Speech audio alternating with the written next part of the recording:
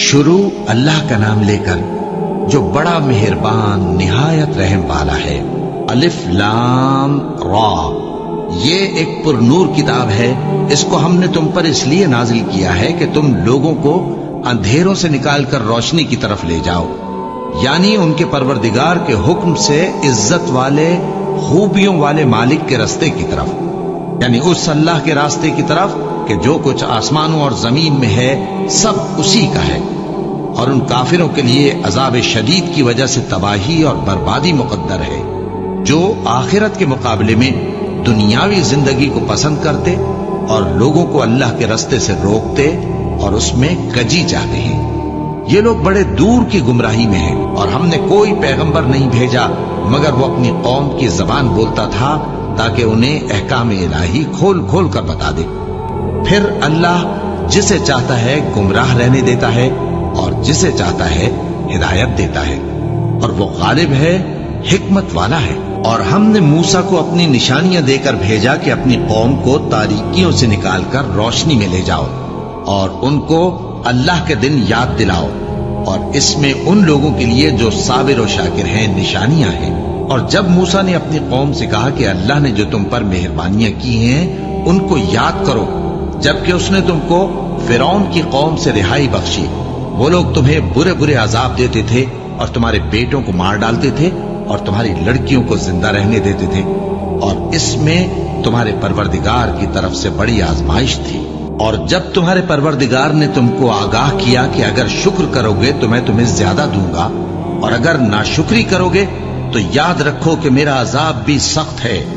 اور موسیٰ نے صاف صاف کہہ دیا کہ اگر تم اور جتنے اور لوگ زمین میں ہیں سب کے سب ناشکری کرو تو بھی اللہ بے نیاز ہے، قابل تعریف ہے۔ بھلا تم کو ان لوگوں کے حالات کی خبر نہیں پہنچی جو تم سے پہلے تھے، یعنی نوح اور عاد اور سمود کی قوم اور جو ان کے بعد تھے، جن کا علم اللہ کے سوا کسی کو نہیں۔ جب ان کے پاس ان کے پیغمبر نشانیاں لے کر آئے تو انہوں نے اپنے ہاتھ ان کے منہوں پر رکھ دیے کہ خاموش رہو، اور کہنے لگے کہ ہم تو تمہاری رسالت کو تسلیم نہیں کرتے، اور جس چیز کی طرف تم ہمیں بلاتے ہو ہم کو اس میں بھاری شک ہے۔ ان کے پیغمبروں نے کہا، کیا تم کو اللہ کے بارے میں شک ہے جو آسمانوں اور زمین کا پیدا کرنے والا ہے؟ وہ تمہیں اس لیے بلاتا ہے کہ تمہارے گناہ بخشے اور ایک مدت مقرر تک تم کو مہلت دے۔ وہ بولے کہ تم تو ہمارے ہی جیسے آدمی ہو، تمہارا یہ منشا ہے کہ جن چیزوں کو ہمارے بڑے پوجتے رہے ہیں ان کے پوجنے سے تم ہمیں روک دو، تو اچھا کوئی کھلی دلیل لاؤ، یعنی معجزہ دکھاؤ۔ پیغمبروں نے ان سے کہا کہ ہاں ہم تمہارے ہی جیسے آدمی ہیں، لیکن اللہ اپنے بندوں میں سے جس پر چاہتا ہے نبوت کا احسان کرتا ہے، اور ہمارے اختیار کی بات نہیں کہ ہم اللہ کے حکم کے بغیر تم کو تمہاری فرمائش کے مطابق معجزہ دکھائیں، اور اللہ ہی پر مومنوں کو تو بھروسہ رکھنا چاہیے۔ اور ہم کیوں اللہ پر بھروسہ نہ رکھیں حالانکہ اس نے ہم کو ہمارے دین کے سیدھے رستے بتائے ہیں، اور جو تکلیفیں تم ہم کو دیتے ہو اس پر ہم صبر کریں گے، اور اہل توکل کو تو اللہ ہی پر بھروسہ رکھنا چاہیے۔ اور جو کافر تھے انہوں نے اپنے پیغمبروں سے کہا کہ یا تو ہم تم کو اپنے ملک سے باہر نکال دیں گے یا تم ہمارے مذہب میں واپس آ جاؤ۔ بس ان کے پروردگار نے ان کی طرف وحی بھیجی کہ ہم ظالموں کو ہلاک کر دیں گے اور ان کے بعد تم کو اس زمین میں آباد کر دیں گے۔ یہ اس شخص کے لیے ہے جو قیامت کے روز میرے سامنے کھڑے ہونے سے ڈرے اور میرے عذاب سے خوف کرے۔ اور پیغمبروں نے اللہ سے فتح چاہی اور ہر سرکش ضدی نامراد رہ گیا۔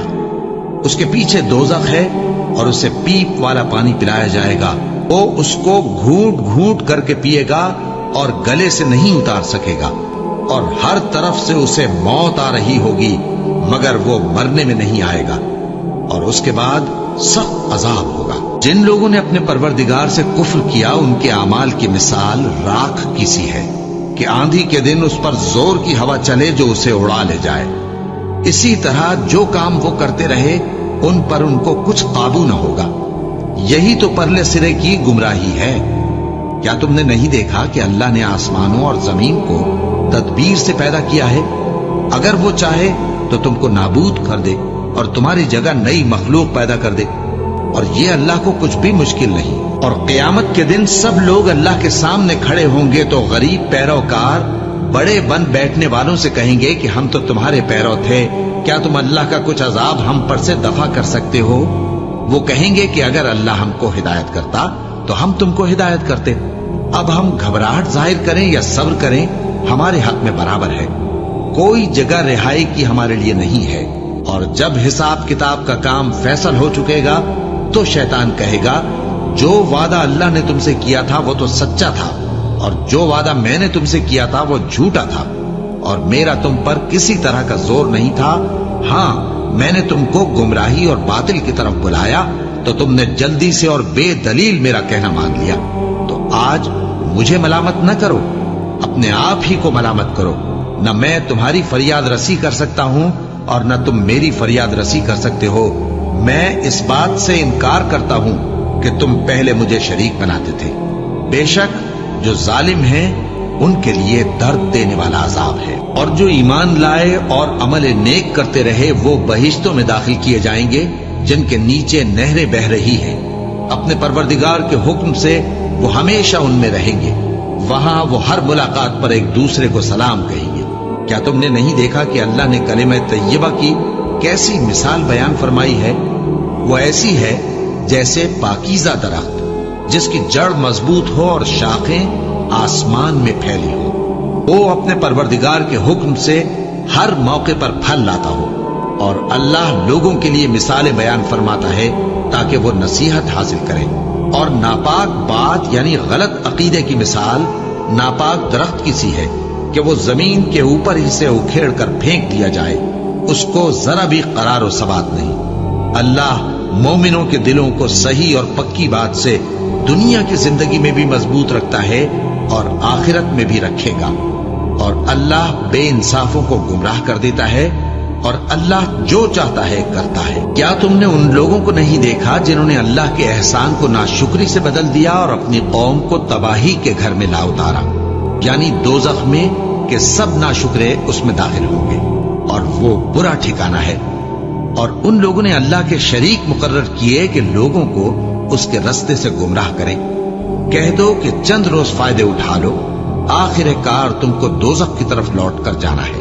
اے پیغمبر، میرے مومن بندوں سے کہہ دو کہ نماز پڑھا کریں، اور اس دن کے آنے سے پیشتر جس میں نہ اعمال کا سودا ہوگا اور نہ دوستی کام آئے گی، ہمارے دیے ہوئے مال میں سے پوشیدہ اور علانیہ خرچ کرتے رہیں۔ اللہ ہی تو ہے جس نے آسمانوں اور زمین کو پیدا کیا اور آسمان سے مے برسایا، پھر اس سے تمہارے کھانے کے لیے پھل پیدا کیے، اور کشتیوں اور جہازوں کو تمہارے زیر فرمان کیا تاکہ وہ سمندر میں اس کے حکم سے چلے، اور نہروں کو بھی تمہارے زیر فرمان کیا، اور سورج اور چاند کو تمہارے لیے کام میں لگا دیا کہ دونوں دن رات ایک ڈگر پر چل رہے ہیں، اور رات اور دن کو بھی تمہاری خاطر کام میں لگا دیا، اور جو کچھ تم نے مانگا سب میں سے تم کو عنایت کیا۔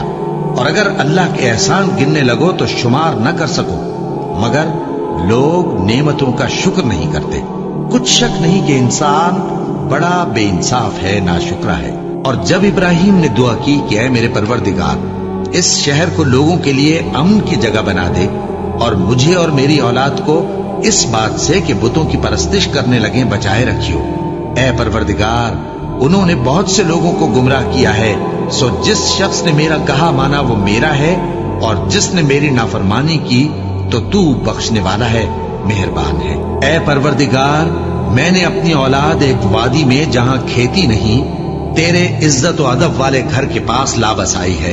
اے پروردگار، تاکہ یہ نماز پڑھیں، سو تو لوگوں کے دلوں کو ایسا کر دے کہ ان کی طرف جھکے رہیں، اور ان کو میووں سے روزی دیتے رہنا تاکہ تیرا شکر کریں۔ اے پروردگار، جو بات ہم چھپاتے اور جو ظاہر کرتے ہیں تو سب جانتا ہے، اور اللہ سے کوئی چیز مخفی نہیں، نہ زمین میں نہ آسمان میں۔ اللہ کا شکر ہے جس نے مجھ کو بڑی عمر میں اسماعیل اور اسحاق بخشے، بے شک میرا پروردگار دعا سننے والا ہے۔ اے پروردگار، مجھ کو ایسی توفیق عنایت کر کہ نماز پڑھتا رہوں، اور میری اولاد کو بھی یہ توفیق بخش۔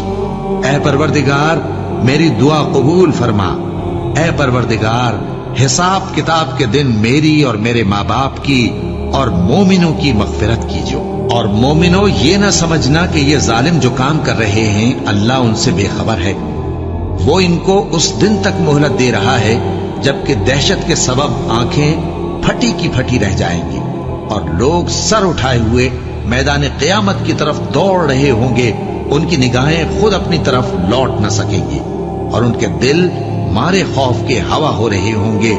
اور لوگوں کو اس دن سے آگاہ کر دو جب ان پر عذاب آ جائے گا، تب ظالم لوگ کہیں گے کہ اے ہمارے پروردگار، ہمیں تھوڑی سی مہلت عطا کر تاکہ ہم تیری دعوت توحید قبول کریں اور تیرے پیغمبروں کے پیچھے چلیں۔ تو جواب ملے گا، کیا تم پہلے قسمیں نہیں کھایا کرتے تھے کہ تم کو اس حال سے جس میں تم ہو زوال نہیں ہوگا؟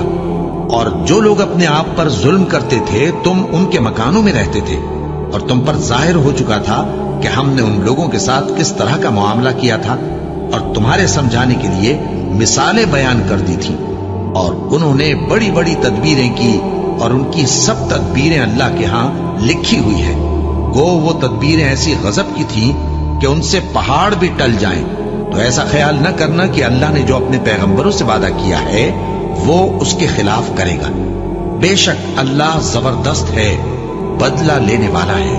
جس دن یہ زمین دوسری ہی زمین بنا دی جائے گی اور آسمان بھی بدل دیے جائیں گے اور سب لوگ اللہ کے سامنے نکل کھڑے ہوں گے، جو یکتا ہے بڑا زبردست ہے۔ اور اس دن تم گناہگاروں کو دیکھو گے کہ زنجیروں میں جکڑے ہوئے ہیں، ان کے کرتے تارکول کے ہوں گے اور ان کے چہروں کو آگ لپٹ رہی ہوگی، یہ اس لیے کہ اللہ ہر شخص کو اس کے اعمال کا بدلہ دے۔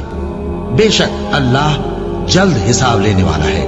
یہ قرآن لوگوں کے نام اللہ کا پیغام ہے تاکہ ان کو اس سے ڈرایا جائے اور تاکہ وہ جان لیں کہ وہی اکیلا معبود ہے، اور تاکہ اہل عقل نصیحت حاصل کریں۔